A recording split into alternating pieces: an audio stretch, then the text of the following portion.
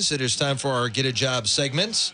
Talent Director from the Greater St. Cloud Development Corporation, Gail Cruikshank, joins me in studio. Gail, good to see you. Good morning. Also with us today is Lacey Solheid, Associate Talent Development Partner at Blattner Company. Lacey, thanks for joining us. Good morning.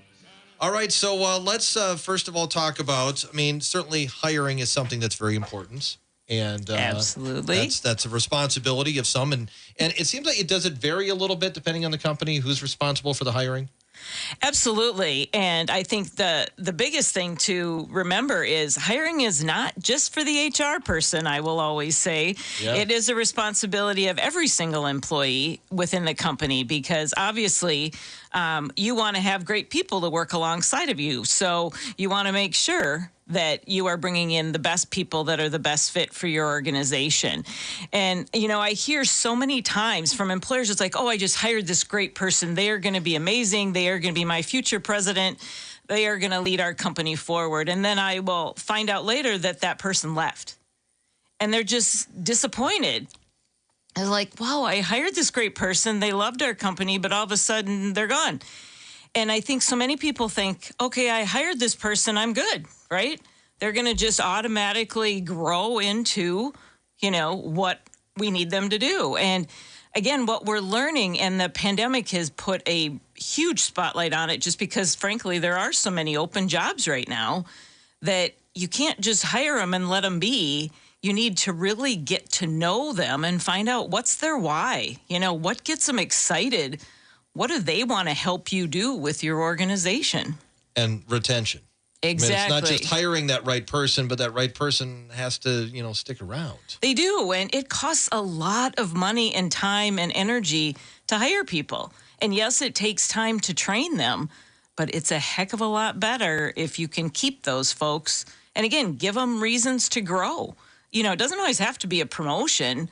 It can be, you can be, if you want to be a volunteer, or do you want to be on this special committee we're formulating to talk about this within our company? Where do you want to be engaged and how? And just so that employee continues to feel like they're growing. And what we're finding out is it's not just, all the millennials want this or all the Gen X folks want that. It has to be individual by employee, because everybody wants something a little bit different. Yeah, I think that's true. Can you tell us about that roundtable discussion you did on September 13th? We did, absolutely. It was great. And Lacey had an opportunity to be one of our panelists. And what we did, GSDC hosts executive roundtable discussions with our corporate level investors. And it's about topics that are really important and interesting and timely for our employers. And what we did is we had 28 area leaders within our community last week came together in a roundtable discussion that was moderated and led by Mary Swingle from Boys and Girls Club, and a presentation by Claire Richards from Impacts. And then we had a panel of our young leaders, which of Lacey was one of them. And really just wanted to learn about what are employers doing that is helping with this engagement and retention of this young talent, and what problems are they having, so we could openly discuss and find out maybe where GSDC might be able to support further, or what we can send out for tips and feedback and connections to help them be successful in this area. Okay. Lacey, you want to comment on that? It was a really great event, and I think it's really great to see that the GSDC is really invested in talent retention of the area, because like Gail said, we want to keep these folks here in the area. We want to keep them engaged, and what better way to do that than to connect your company to the community through these employees? So you've worked with a lot of different organizations. Do you want to talk about some of those organizations you worked with? Yeah, so I have had the opportunity to work with several different community groups. I am currently a part of the St. Cloud Rotaract. That is a young professionals club affiliated with our local Rotary chapters. And that's opened so many doors. That's how I got to know Gail, and how I have just made a number of connections to various businesses and opportunities in the area. But in addition to that, I have connections and friends that are part of Young Leaders United through the United Way. There are several groups affiliated with the St. Cloud Chamber of Commerce. And there's also a great program called Jugod Leadership Program as well. And those are just to name a few of the opportunities that I know that are available to young folks and young professionals in the area. Lacey, what have you done to find out what potential employees' why is, and how does that help in retention of employees? I think it's like Gail said, it's really having those individualized conversations, with the folks that you're leading in your company. What motivates them? What do they like to do outside of work? Is there a way that you can kind of bridge that gap between what they're doing outside of work and the work that they're doing? And how can you support those at the same time? And, honestly, for the individual employees, it's having a conversation with your supervisor. If they're not having that conversation with you, I would suggest just reaching out to them and having that conversation on your own with them, because, that's help them understand what you're wanting to get out of the job, what you're wanting to get out of your community. And that's really helped me in my career and how I've, kind of been able to shape my roles at the various companies and higher education institutions that I've been a part of. Gail, how about what this does for the economy in the region if people can stick around once they get these jobs? Well, as we've talked about many, many times, our economy here in St. Cloud region is growing. It can be growing faster if we had more people, right? So again, if we can have an engaging environment, we can keep the great talent that we find. They're going to bring more talent to the region. And again, even our local future up and coming employees, our employees in the community maybe that are commuting out of here to work might change their mind. And again, we don't know what the limit is for our region in growth. And I think if everybody can find the folks that they want and they're not just stealing from one local employer to give to another, that's going to make us stronger. And that's that great opportunity where we can really see what we can do, and we can put St. Cloud on the map in a bigger and bolder way than even we've been able to do to this point. Lacey, do you see a lot of people from outside the area applying for positions with your company?